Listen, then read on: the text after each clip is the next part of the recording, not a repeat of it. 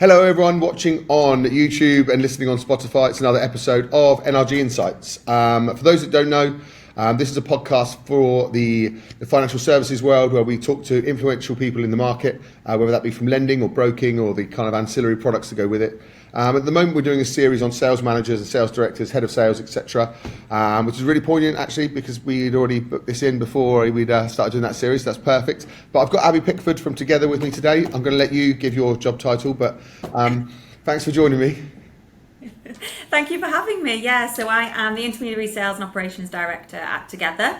I have listened before, and it is getting to a point where Together we're going to have to start. I said this to someone the other day. If you don't start sponsoring it, then there's going to be a problem. So that's 65 I'll have a word and see. It makes sense, doesn't it? There's a lot of you, so it stands to reason that percentage-wise, there's going to be a few that come on.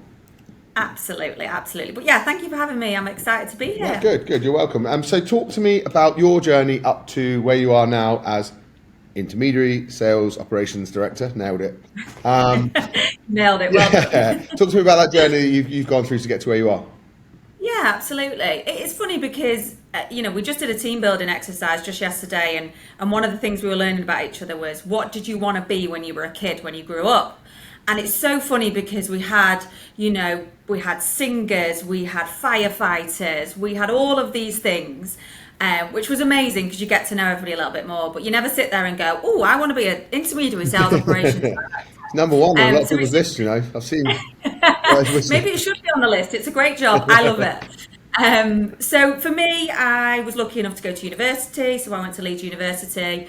I studied sociology, which at the time should have probably told me that I was interested in people. That is what that degree is about. It's about society and about people. And I left uni and went straight into working into the financial services. So I spent sort of 6-7 years with debt management, and I started on the phones.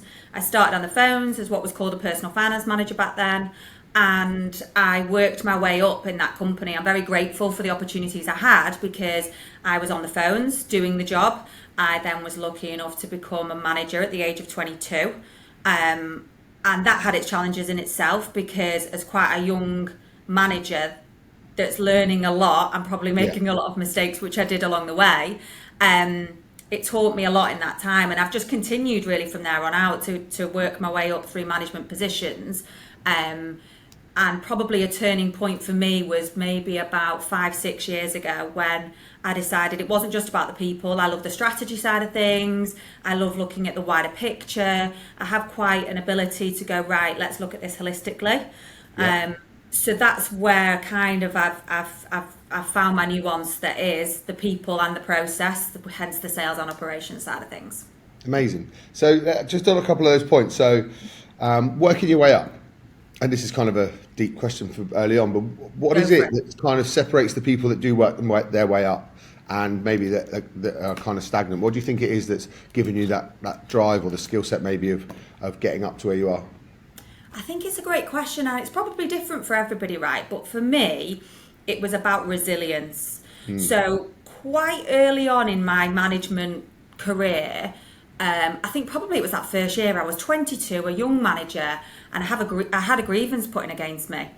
And I'm not afraid to say that because... What'd you do? I mean, luckily, actually, upon reflection, I was just a little bit too direct with somebody. Yeah. But, as a character, I am direct. But at that learning point for me, I could have either gone, right, this is it, this is not for me, I'm just going to keep doing what I'm doing, or... I took some self-reflection, I learned, I was resilient to what is going to, what could happen in my career and the types of things that might come up, to have that resilience moving forward, to continue going, okay, well, I'm going to learn, I'm going to grow, I'm going to make mistakes. I was in a great environment where it was okay to make mistakes, which is why that's so passionate to me now, that people have the ability to have a safe space around them, to speak up if they either feel like they're not getting it right or haven't got it right. So that's what I think is the difference for me anyway. It's about that resilience. Nice. And we'll talk about that more because we are going to go kind of heavily into the culture side of things. I know that's a big thing for you, but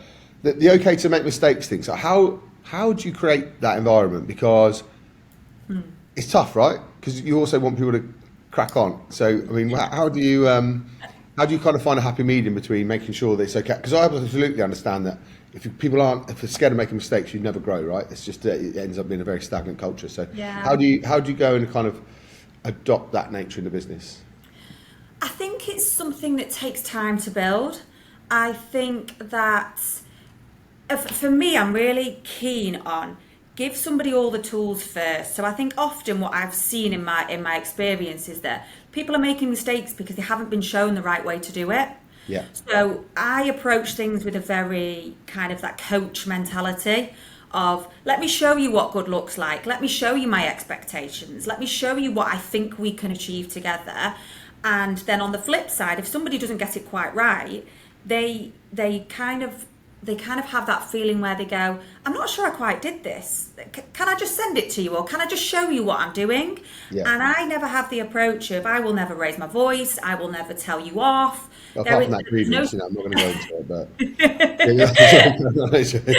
Maybe when I'm at home and in wife mode, that's a very different thing. But from a work perspective, you can never get it wrong to me. Come to me and let me help you rather than worried about something. I have a team where they will ring me and go, when you get in the car, will you just ring me? And I know something is playing on their mind about something. Yeah. So that's my priority. As soon as I land in the car on the way home to do nursery pickup, I will ring whoever that is because they're going through something in their brain that they're worried about. And I think that takes time, it takes trust, it takes showing that you aren't somebody to be scared of. It's come open up to me and let me help you. Yeah. Interestingly enough, so I know you mentioned coaching then, because one of my biggest flaws is I'm not a good coach, because I like to help. You kind of do stuff for people when it's wrong. I know you stunt people's careers by doing stuff for them. Yeah. How do you find a happy medium between people? Like, do you really need to check every email that you're not sure about, or do you really need to run this past me? How do you get them to believe in themselves without you having to do everything?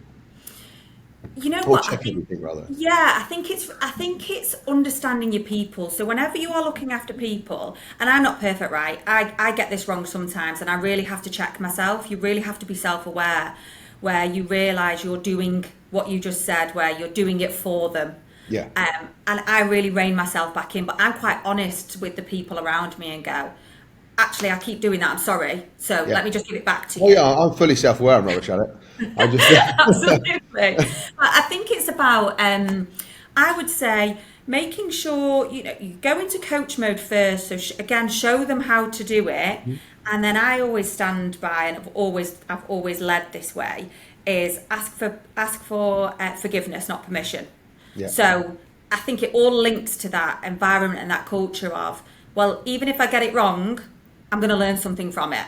Yeah. So I can be quite firm towards the end. If I know somebody's going to get it right and they keep asking out of a comfort thing, I very much take that approach of, it's like that nice versus kind leadership. Yeah. I'm a kind leader. I'm not just going to keep rubbing you doing back. Everything right. Because people do take, I often think that like I will be out doing BD for 2 days a week and nobody contacts me and everything runs absolutely fine. But the second you sit in the office, you have to check things for people, right? Because people just think, oh, you're there, it makes sense. But at some point you have to go, I trust you completely to do what you're doing. Absolutely. If you pick it up, it's not the end of the world. Cool.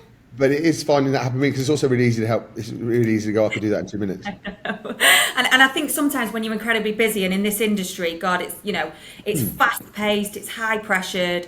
We've got brokers on the phone waiting for an answer. It's easier to ask the question, but it's about continuously checking yourself and going, because I'm not your comfort blanket, this, so you tell me. Yeah. You don't. It's a tricky one. And do you know what? I think it does boil down. Number one boils down to we naturally want to help people, but you're right. On the other side, it's time. If I can do something in 2 minutes, I can coach someone in 10. I'm not blessed with loads of extra minutes. So nope. Exactly. But again, I know that is stunting people's careers. I've got a coach myself. I get it. Like you can't just do stuff with people all the time. Yeah, exactly. So leadership qualities that we that you see. I mean, you've been lucky enough together. I don't put words in your mouth, but you're surrounded by great people, right? But what do you think? What do you think the kind of the similar qualities that kind of good leaders have? What do you think people are looking for, or what do you see in people when they're moving up the ladder? You know what I mean? I'm blessed. I have an incredible leadership team around me that I get to learn from. I have an incredible manager that I get to learn from. But I think for me, there's two things, and it stems back to what I said before: resilience, also calmness. I think calmness is the absolute key to great leadership, because we all lead with emotions sometimes. We're humans, aren't we? It's what we do. Something happens, which happens every day, and you see people running around like headless chickens or flying off about something. And actually, if you just bring it down a peg, you go, oh, okay, well, that's an issue, but we can fix that because this is a solution for it. So for me, it's not showing any sort of weakness or anything like that. It's more about going, right, okay, well, that's the problem. What's the solution? Let's just remain calm, cool, collected, and let's fix it.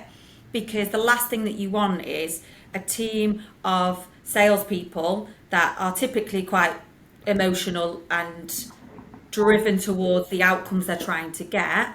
You need to be that calm person that goes, okay, let's fix it. And does that come naturally to you, or is that something you had to learn? I had to learn. So I don't know if you've done kind of like, the insights of the colours and things like that, but I am naturally a red.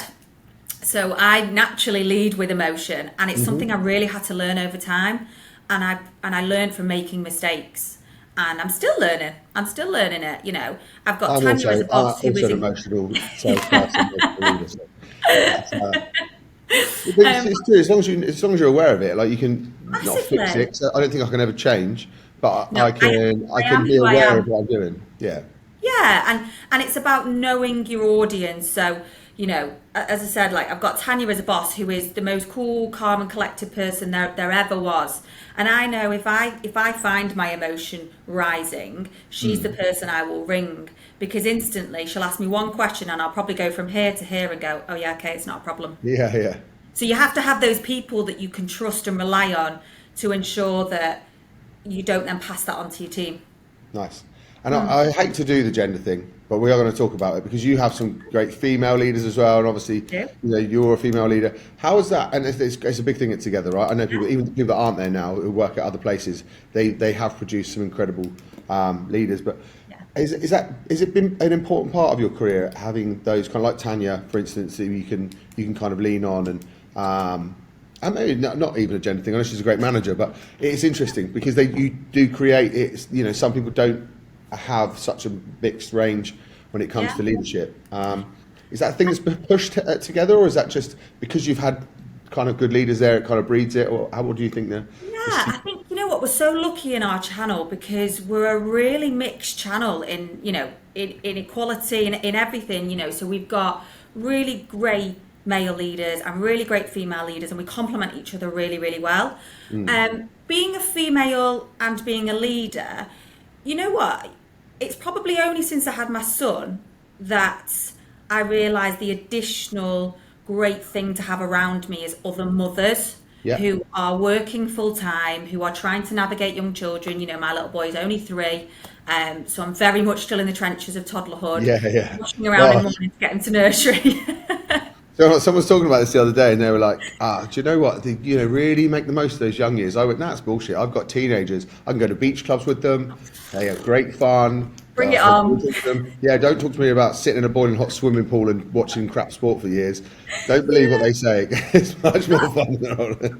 That's it, honestly. But I would say until I became a mother, I actually always had male leaders that were great for me because they were able to diffuse my emotion just because of who they were and who I was. So, a young female and I was, very fiery. I'm a very fiery red, and I think that allowed me to get to where I am now. But now to be surrounded by predominantly female leaders in my channel who are all mothers, and we've also got Nick, who is a father of 2 older girls that actually, I think it's at this point now where I'm realising the power in that. To support the juggle of it.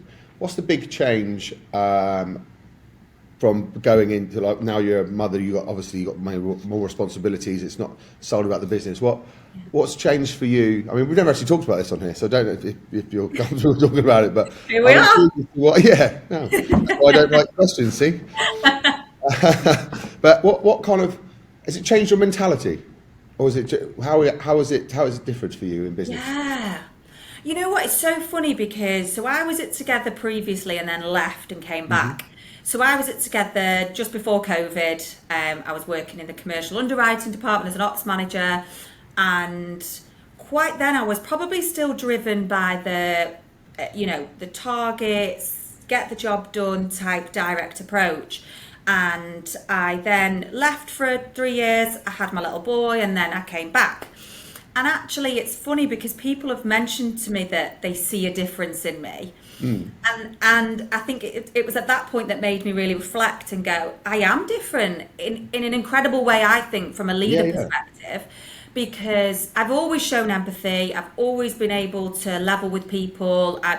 Understanding individuals is absolutely what I thrive at. But I think I've just softened. Yeah, I think I've Yeah. softened, not in a way I was of, going to use the word, but I didn't know if it's offensive to say yeah, soften. well, So I don't know if it's offensive, but that's how I feel. I've softened because, I have a greater purpose than just my job. hmm. And actually, it pushes me more in my job because I want to show him that, your mum goes to work every day. She really enjoys what she does. But not only that, she has people around her that she is constantly pulling up and getting Yeah, and improving and making better. So for me personally, and yeah, maybe not everybody has this experience, but becoming a mother has done me the world of good. yeah. And like you say, you're more conscious of that now, right? Because someone's watching you. Exactly. I think that same thing At about home and work at ethic work. type things. I would be really shocked if my kids didn't work hard because they're Yeah, surrounded by me and their mum yeah, who work. They see us work, and it's not a badge of honour to say work on holiday and stuff, but we have to. We're small business, yeah, and they know that's how we pay for the holiday. So, absolutely. I hope that it does kind of that brushes up on them that they do see you working hard and they do get that people rely on you and that kind of thing. I think it's important that they see it as well, right?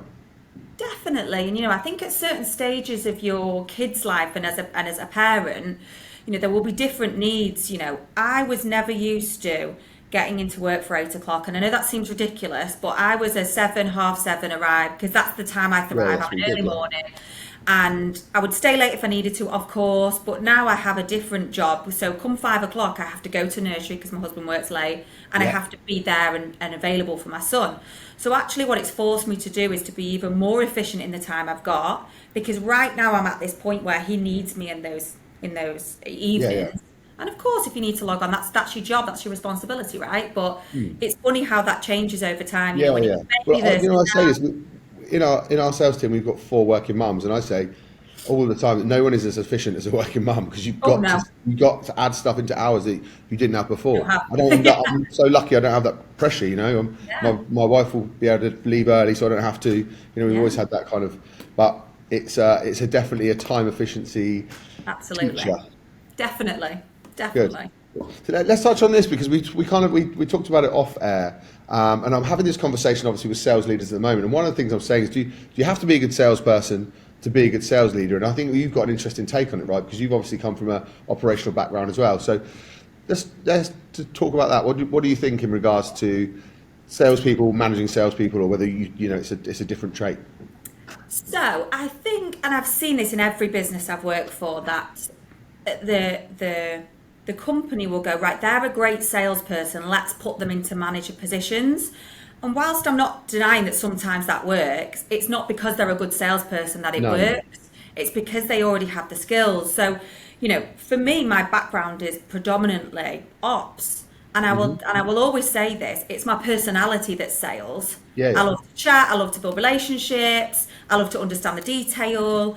But actually, the skills of a good manager aren't necessarily the skills of a good salesperson. 100%. But I think with that comes, so my approach to it is, but I'm going to learn the detail. So whilst I've not been on the road and done that, or been over the phone and done what you do, I'm going to learn it as if I needed to, because Yeah, that's how I build that respect with my team. That's the culture I would want, that they would all want to learn as well, because yeah, equally, if I'm going to coach and support you, I need to understand what you do, how you do it, etc. I've just done the FIBA qualification for the certified practitioner in yeah, specialist finance, because it's important that whilst I don't need to know it day to day, but I do if my people need me, yeah, and I do yeah. if I'm going to make them better. So actually what makes me a great leader is all the management qualities, not the sales part.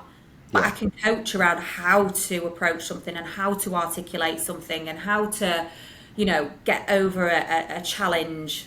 And I think that's what's it's really poignant for me. I don't think I actually say on here because it's not happening yet. But it's just in regards to out of industry people coming in and whether you can be, whether you can direct a sales team not having done it. But you're right. It's about that hunger for knowledge as well, right? If you can, if you're willing to learn what they do as opposed to having done it.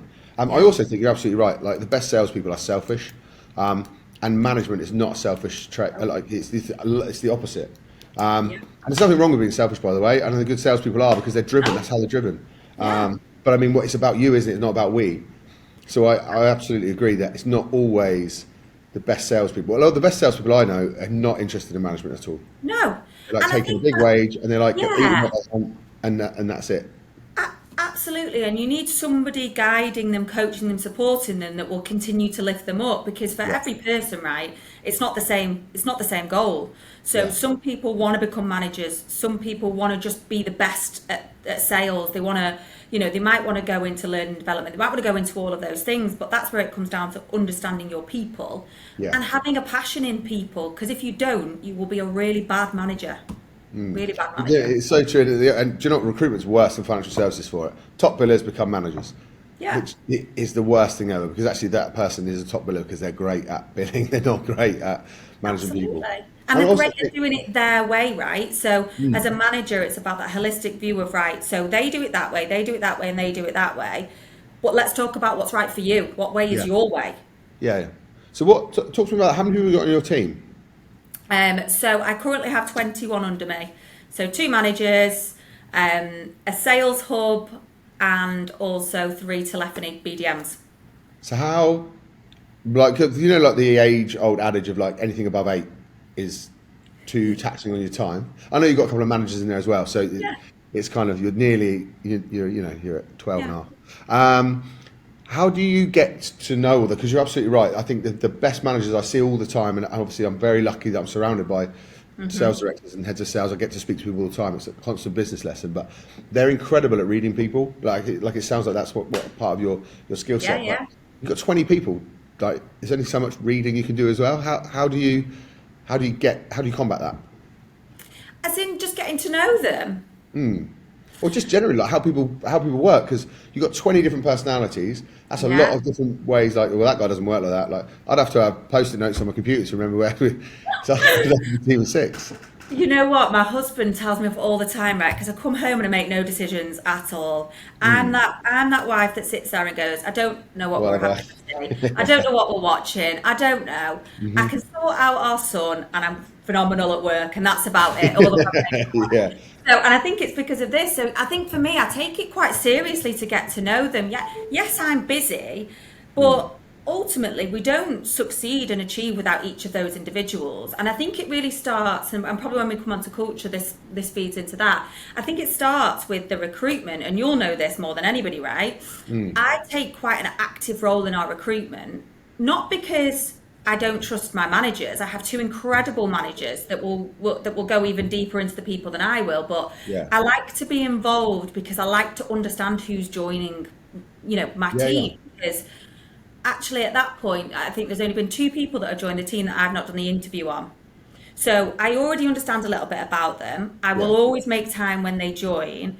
I block out time in my calendar just to go and speak to the team. Because actually, there's a lot of them, like you say. And I think just over time, investing in them and wanting to know about what they do at the weekend, who their other halves are. They all laugh at me because when they join, I go, right, okay, so show me pictures of people, because I'm quite visual. So I'm like, show me your other half, show me your cat, show me your dog, show me your child. Like, let me see so that I can see you more. Because that's really, really important. Because actually, I'm not just sat there as a director. I'm one of us all. We are one. I don't see it as separate. Nice. So talk to me. We are going to go more into depth in that when you say about culture, because obviously super important to you. And like I said, you can clearly tell when you speak to you're passionate about the management of people. And again, that's a lovely trait to have. I think it's the number 1 trait for a good manager, right? Is that you've got to care about people. But how do you? Together is a monster now, right? It is, isn't it? It's like, it's the big, out in the specialist world, it's the monster maybe. But how do you keep the culture? Because it can't be a team culture as well. It's a business, isn't it? It's a company culture. Yeah, How do absolutely. you maintain that from your team to the bigger business to the wider side? How does everyone maintain that as a? Because it's tough. It's tough with 10 to 20. So for the amount that you've got, it must be crazy hard. But how do you do that? Yeah, I think you know what? I think culture is top down, but actually it's the it's not really the responsibility of the exec to ensure that it's kept alive on a day-to-day basis. So I think for me, I just have to continue about focusing about the people that are in front of me. That they're my number one. So actually, the way that I challenge myself with the culture is we've just had as I'm sure across the industry, it's been a bit of a weird last 6 months. Yeah, tough. Up and down, and I think it's testament to your culture at that point, because either you have a team that goes, oh, they're rubbish, they're why we're not hitting the target, or whatever else, it's the broker, it's the underwriter, but I don't have that. I don't have that world that goes, it's them. I have a world that goes, right, what are we going to do? What can we do about this? And how can we look at things? And that is a daily conversation, because actually it's built over time, culture. It's not something that you can just, put on a post-it or put on a picture. And that's what I love about the new conversations about culture, because it used to be, we got a great culture because we've got Friday, we've got bean bags and we've got words on the wall. Exactly, actually, because work ethic is a big part of culture, right? So your guys knuckling down when it's tough. That's what your culture is. And I know it's cheesy, I can't remember who said it, but the culture is what happens when you're not around, right? 100%. Culture is what your team does when you're not there. So it's maintaining that. So people have really got to buy into it. Like we know now, culture isn't just the thing you stick on the wall. You've got to live it. Massively. And I think it's funny because I never sit down and go, right, what's our team culture? What are we doing about culture? Because actually the wider thing here is it's about our people. It's, the target, the numbers, they generally will look after themselves if you look after your people. Yeah. So actually it's about, right, what are we doing for our people this month? What things are they struggling with? What things have they come to us and said, oh, maybe I've got this wrong? How are we going to coach them? How are we going to show them what good looks like? Have we put our arms around them enough just yet? We've just rebranded the team, and I won't spoiler alert it too much because there will be a release on it. But we got balloons in, cupcakes. We got the exec. All of the exec came to a celebratory breakfast after we'd done the meeting on it, and I think that is your demonstration of culture. You've got our group CEO who is an incredibly busy man. But coming to celebrate it, and I think that's what it's about. It's about making sure that they feel special, because actually the strategy is up top, right? Yeah. But I always think it's almost like that invisible thread that comes off it. That's your culture, because the execution happens via that. Yeah. Well, it really doesn't matter what you say in the exec meeting when you say, oh, what should we make our culture like? Because it's irrelevant. It's more about, like you say, it's how people live. It's how they live it. So it kind of breeds itself, doesn't it? You can't. I mean, you channel it, but it's about all the other things that happen rather than, like you say, the headline of this is what we expect. Massively. And I had a conversation just this week about the words you use and the way that you articulate. So it's about doing that more and more altogether. So if somebody's having a moment, it's about reshaping their mindset of it. Because if you continuously do that, that's then what you start to breed the culture of your team to just naturally start to talk, feel, think like. Yeah. And that's taken time, right? I'm almost 2 years in, and I would probably say it's in the last 6 to 12 months we've really nailed it. We've got. Do you feel it? Do you feel it as you go, or do you just look back and go, "Oh shit, look"? It's a little bit like when you come back for an injury or something, and you're like, "Oh, it doesn't hurt anymore." Like you don't notice it until you go, "Oh, we've done it. Yeah. Like we're doing the thing we're supposed to be doing." Yeah, there's certain moments that definitely make you realise it. But I think for me, it comes quite naturally to me.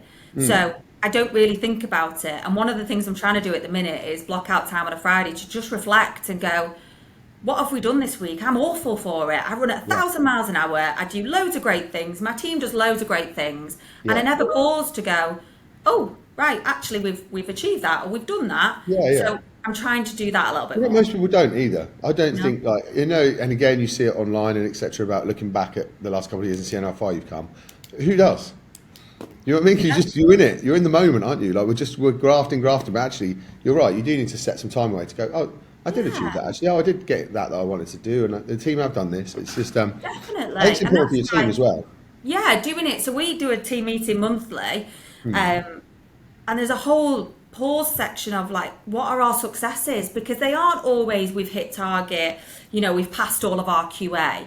It's the small things, right? And I think it was a few months ago, one of the team competes in judo Yeah. at national level, and it was a Sunday afternoon, and he was competing, and he shared the link. He was like, if anybody wants to watch, I'm going to be doing it. Oh, nice. And we were all like, great, what time are you on? The group chat was pinging on WhatsApp all day about which has it moved, what time is it? And I stepped back after that. We watched him, it was phenomenal. I didn't have a clue what was going on, but Yeah, I it's was just cheering him on. each other over, and Never watched judo before. But I took a step back and I went, they've all done that, not because I've asked them to. No. I actually didn't ask a single person to, but they all wanted to be cheerleaders for someone on their team. yeah, And that for me says I'm doing a good job. that's incredible. Because there was no words for it. It was a really big reflection point for me. It is nice, and honestly, cheerleading is. I say this because I'm a natural cheerleader. When you do the tests, and everyone wants to be like alpha, visionary, Yeah. and then I was like, I'm a fucking cheerleader. But then I looked at it, and I thought, actually, that's my job, right? And if you can get that into your team, so we all just we just take away the pom poms and the other bits. But it is a big part of being management, isn't it? Actually, I think it's important to cheer people on and then get other people to cheer them on as well, right? Because we spend more time with each other than we do with our families. So why would we not? It's quite scary, really, isn't it? But yeah, I think, and just to bring it back to the question that you asked about being a great leader, you can't be somebody that wants to take the credit all the time. Yeah. That is really key, because actually, hitting that number isn't just me. It isn't just one person. It is every single person. You have to be okay with not taking the credit. And I've seen so many people over my career, going, oh, I did that. And well, it's not a you thing, because you can't achieve that without the team. Yeah, so yeah. Especially when you're interviewing someone, right? And they say this, and you think, that's weird. You had a team of 20. That's pretty impressive. Yeah, the team was very interesting. Well, give the credit. You learn a lot from people's language like that, don't you? I think one of the, and again, going back to why salespeople aren't always the best managers, is that sales is ego-driven. Everyone wants to be the best at something. When you're a manager, it's about making sure everyone else feels like they're playing their part and getting their rewards as well. So you've got to leave your ego at the door as a manager, right? Of course you do. And I've seen managers, at different companies go, oh, I'm not employing that person because they're too good. And that just blows my entire mind. If I'm not employing somebody that is better than me, then that is a failure. Yeah. Very much so. There has to be people around you that are incredible at things that you aren't incredible at, and that's okay. You're not expected to be perfect at everything. I think it's really important when you look at recruitment. Like, you don't need 10 of me in an office. It's bad enough having one. You've got to do it, don't you? You've got to surround yourself with people who've got a different skill set to you, different qualities, are better than you at the stuff you're not good at. Absolutely. Even to the point where our team is split. I'll stop talking about me now. Go on. In recruitment, normally people do 360, so you do your BD, you go out and find it. We don't do that because it's two different skill sets. I am not as good at interviewing as the people in the office, so they interview. I am very good at relationship management, so I deal with that. I am awful at admin, so we have an ops manager who runs my life in the background, because without her, she's the right side of my brain. You can't do it. But before, when you're just doing everything, you're crap at 80% of the things you're doing. Massively. So it makes sense, doesn't it, to surround yourself with people? Definitely, and also it's about being in tune with your team and recognising I'm asking too much of them here, actually, because X person seems to always be struggling over here, but I'm asking them to do 7 different things that are 7 different skill sets, which is crazy when you think about it. I have 2 managers that look after the sales hub. They are incredibly different, both amazing in 2 very different ways. But that is what you need to complement each other. So one does one thing because they're great at it, and the other person does the other thing because they're great at it. I don't need 2 of the same person. No. If we're all analytical or we're all emotional, then we're not getting anything. Nothing changes, does it? It's just we're kind of high thinking. Exactly that. It's interesting. Good. So, just touching on I want to talk to you about the mentorship side of things, because I'm assuming you've had great mentors. I wrote this down. I think you said it. It just in regards to how important has that been for your career, and how important is it now for you to follow that on for the next kind of generation of people coming through? I think it's really key, and I think having a mentor is so important, but choosing the right mentor is even more critical. So you really have to take some time to go, what am I looking to achieve out of this ultimately? Yeah. You know, and at different stages of your career, you're going to need different things. You know, when I first became a manager, I had a very hands-on ops manager who really took me under her wing, and I owe a lot to her because she, you know, basically took herself away from her job and shadowed me for Yeah. weeks, and I got, you know, feedback galore, and you know, it was crazy, but it's what I needed at the time. Whereas now I'm at a very different point of my career where I'm going, okay, so actually my areas of development, I need somebody who's quite similar to me to help me just talk things out outside of my world, but Yeah. also I need somebody who approaches things totally differently so I can learn something. Yeah. So I always encourage everybody to have a mentor of some kind, whether that be external or internal, but Do you think it choose. happens organically with mentors? Because I was talking to someone the other Yeah. day, and he put on LinkedIn actually, and I met when he said, "I'm looking for a mentor X, Y, Z," and I said, "That's not a mentor, that's a Ned." What you know, you need to mentors sort of come organically because Yeah. you attract them for one, and you can't kind of ask someone. Do you know what I mean? It's not like a coach. A mentor is very different from a coach or a Ned. It's someone that you can resonate with as well, right? And they can actually make a difference for you. Absolutely, and I think you hit the nail on the head. They do come organically a lot of the time, and it's almost sometimes formalizing it ruins it, if that makes Yeah, sense. You yeah. know, I've never asked anyone to. I've got loads of mentors. I've never told one of them. They don't know. it's They just pick someone up the that you phone to can, me. yeah, you know, like I said earlier, you know, if I find myself getting emotional about something, it's Tanya I ring, because as a mentor, she can bring me back down and really rationalize things with me. But I think that we should all have those people Yeah, because they are what makes you good yeah. in the moment, Amazing. is what I would say. So I will ask everyone this on the leadership side of things, but it's going to be my last question. I Okay. said these will be half an hour, and they're never going to be half an hour. What advice can you give to someone who is looking to move into that kind of the management role, or just feels like it's part of them? Because I know people think that's a natural step rather than realizing what management is about. So, there's two parts to this question. What is management really about, and what advice can you give to people if they're looking to make that kind of step? What's the first thing they need to think about? I think management is about people, and I think people are very sweeping when they say that, but unless you enjoy all aspects of people, so, you know, people come with emotions, with difficulties, with issues, with problems. It's not all the roses and fairies over Yeah, the here. glory bit. Yeah, like you have to be able to deal with that part as well and be that person for people to lean on. So I think, you know, if you're really serious and thinking about it, you have to be passionate about people, and Yeah. not people who are doing the job, but genuinely care for people and what they want to do and how you're going to help them get there. From an advice perspective, is, I mean, my grandfather told me this. He said, "Listen to 100 people's opinion and then make your own." So my advice is to don't just go into a situation of managing people with a way that you think is the right way to approach it. Yeah. Ask as many people as you can, and then decide on what's right for you and your approach, because you'll take little bits from everybody, and that's how you'll learn. Amazing. I said that was the last question, but you just struck another one with me, so apologies. But That's all just right. in regards, because I talked about this the other day, and I think it's really poignant. We do loads of like sales courses and you know, how to become a better salesperson, how to learn, like we test ourselves, we understand our personalities. I think we're lacking in sales leadership knowledge because we all move up the ladder, but no one's done it before. How do we combat that as well? How do we combat the fact that we don't really have? I mean, everyone try. You know, you probably do your big business, but we don't have enough sales leadership exposure for people to know whether they'd be good at it, or any kind of leadership, not just sales. But we don't do enough in the industry to know whether we would excel.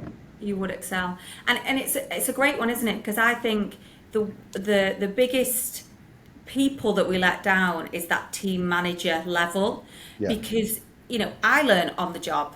Everybody learns on the job, which is wild because we're It's putting mad, them isn't it? in 'Cause you don't do that in any other position apart from management, where you just go, completely, you know, we're putting them in charge of people yeah, who need a lot, people who are complex. I mean, you know, so I think as an industry, and not even just as an industry, just I think generally across the board, we need to have a little bit more more robust processes in place and Yeah. training for managers. But to your point of capturing that talent before they're even thinking about it is really crucial. It's something that together we're really working on at the minute, to start to understand what that pool of succession looks like and how we can help people identify what it is that they want to be and want to do, and actually do they even have the skill sets for it. So last question.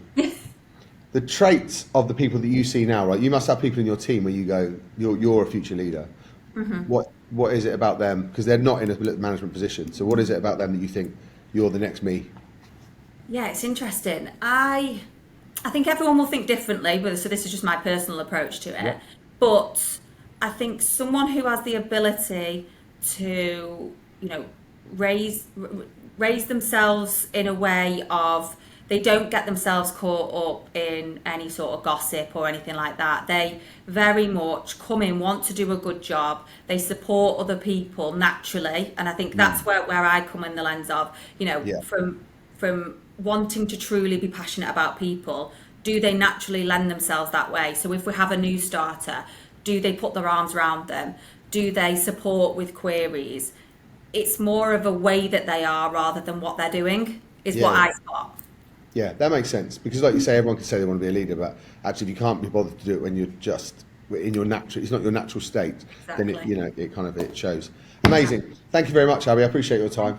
It has been really useful, actually. We talked about some stuff we don't normally talk about, so it's interesting. Thank you for having me. That's all right, you're welcome. If anyone wants to get hold of you, obviously all your socials will be on our socials and together on our podcast every bloody week. But what's the best way to get hold of you? Probably via my LinkedIn, to be honest. So if you can drop me a message on LinkedIn, anyone can. It's open. Come chat to me. Come ask me anything. I'd always welcome it. I love to chat. Amazing. Evidently, how I'm here. Amazing. Thank you very much for your time. I really appreciate it. And thank you everyone listening and watching. I hope you got some good insights from this. I appreciate your time, Abby. Speak to you soon. Thank you. Bye. Cheers. Bye.